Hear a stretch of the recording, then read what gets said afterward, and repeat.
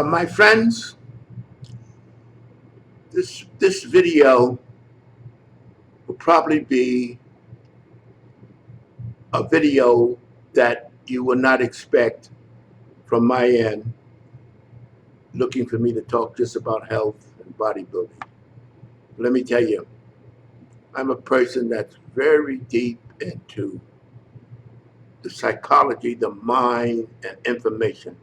I video all of the programs, the History Channel and so forth, the DVR, because I can't always see them at the same time. CNN, Fox, I do it all because I want my brain, I'm just a brain stimulator. That's why I think the way I think, and my mind is open.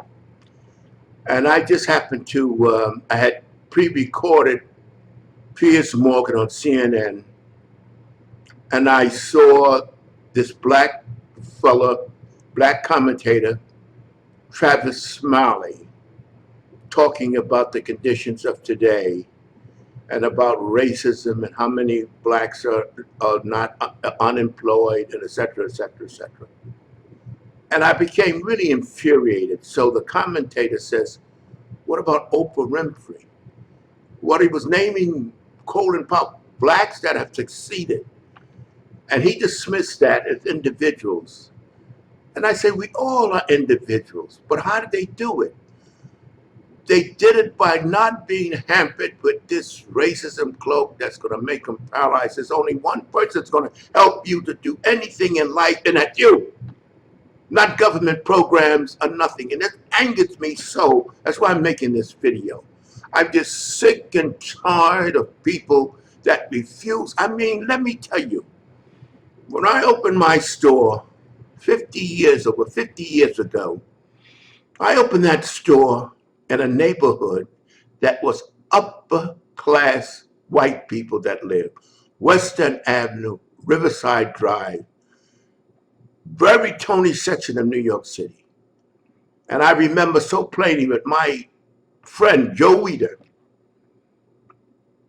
that owned the Muscle magazines. And when I came back from Europe, he says he was moving to California. And I said, what am I gonna do? He said, open a store selling my stuff.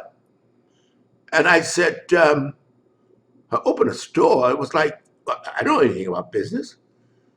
He said, oh, you can do it. I said, oh, okay, Joe. Because see, Joe's the type of man, he'd open a door for you, but he's not gonna pull you through.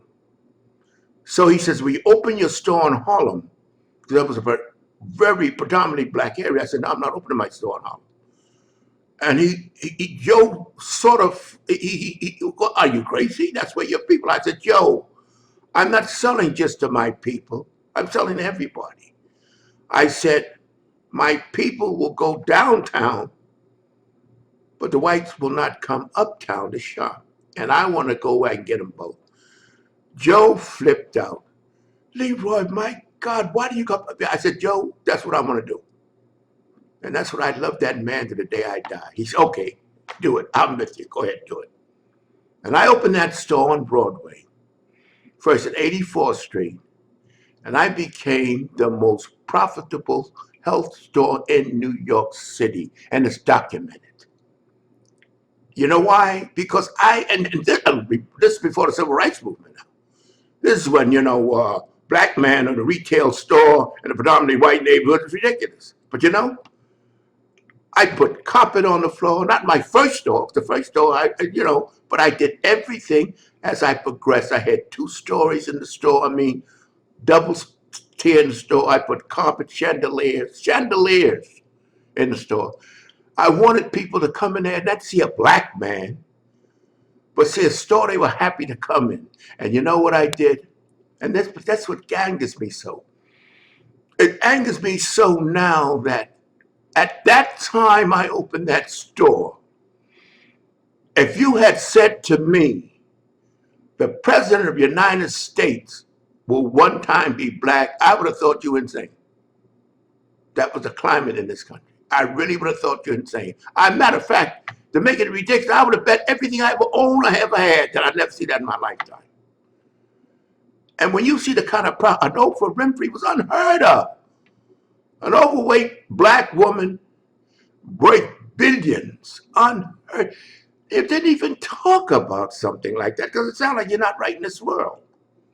And then when I get this guy up here crying the blues, and I thought really that when Barack Obama was elected president, I never had a word racism again. And they're talking about that. Let me tell you something. I'm not talking about today. I'm talking about yesterday when it was really very hard to succeed. And I was written up in the magazines for being one of the most profitable health stores on Broadway. Black guy. You know why? Because I didn't go in there saying, oh, I'm not going to make it. People are not going to buy from me because I'm black. Because Joe was a white man, of course. And he had that thing that, hey, people aren't going to buy from you. And I said, Joe, he said, well, white people. I said, Joe, if I open a professional store, they're going to buy. And I had all kinds of Julie Christie, stars of that era, Martin Sheen, all those people coming in the store. And a lot of those people felt good shopping there. And they didn't shop there just because I was black. They shopped there because I had what they wanted. It was a nice professional store. And it just pains me so to hear these people crying. Right? Listen, buddy, the door is open. You got to make the best of it. You can't sit back and say, open the door, drag me through, and make life better for me. And that's why I'm making this video, because it's out of context with what I normally put up, because I want it to be permanent. I want people to see. I don't want to hear the word again. I mean, I really thought that Barack Obama would end the word racism. I really thought it. It's obvious that blacks, if only blacks voted for Barack, he would never won. So the whole country's changed. You got to do all you can do. You're sitting back crying. Who's going to help you? Well, who's going to make, you said the unemployed. So what is the Barack Obama supposed to do? Barack Obama is president of the United States, not of Black America. And I get so angry when I see these people always looking to blame. It infuriates me. It really infuriates me to no end. Do the best you can, and if you're doing the best you can, you ain't got time to complain. And I'm just sick of it. I see this guy sitting up there saying, Oprah, he's got a program would have been unheard of when I opened my store. A black, he on PBS, a black man with a program, a daily unheard of. A black woman worth $5 billion, and the vast majority of her audience is white. It's a long list of very accomplished blacks. When I was growing up, they said, oh, the blacks can't make it because we have no role model. If the president of the United States ain't enough role model for you to do all you can do, then there's no hope. He's not a magic man. The unemployment is, what is he supposed to hire you to work in the White House? You got to, it just angered me so, and that's why I'm making this video. And I said, oh, no, it's out of context.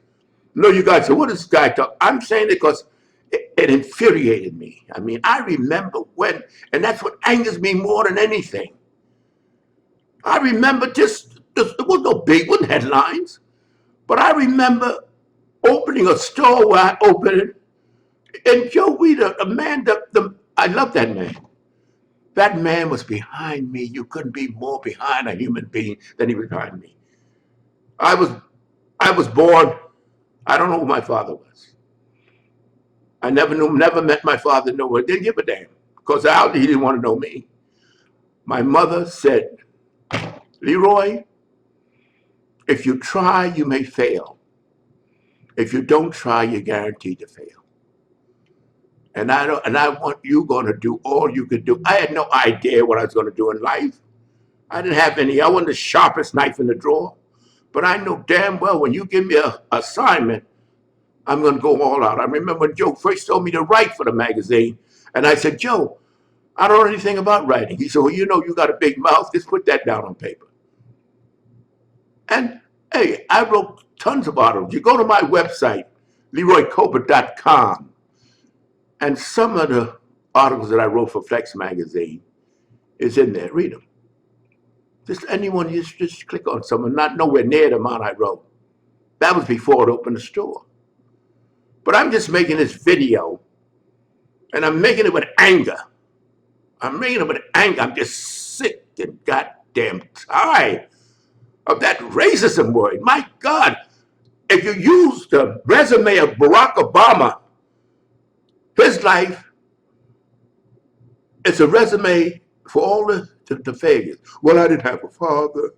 I was brought up by people I couldn't relate to. The same old shit. I'm just tired of it.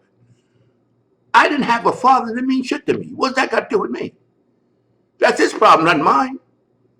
I'm gonna let the weight of a man that deserted my mother when I was born, I'm gonna let the weight of that keep me down. I wouldn't give, and you know, they told me, you know, your father is employed somebody. I said, I don't want to hear nothing about that man. Why should I bother that man? He don't want to be bothering me. Why should I put the weight of my inadequacy on him? You know, I'm very angry because when I saw this Tavis Smiley, I just saw this 2 a.m. in the morning. I'm going on my DVR looking at things that I had recorded. And when I saw this guy, I said, what in the world do you want? What do you want? Who can help you?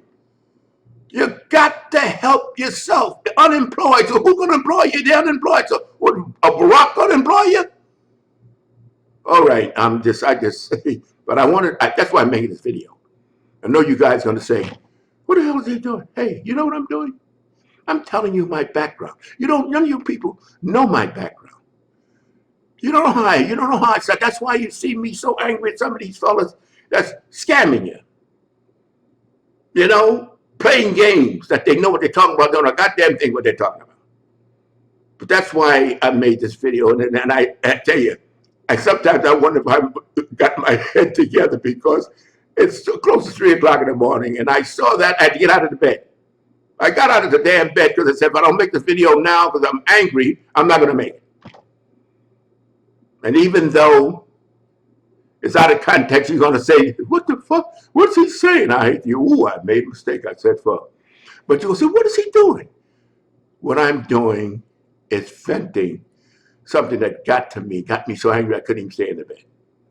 So it doesn't keep me from saying my usual, to be continued.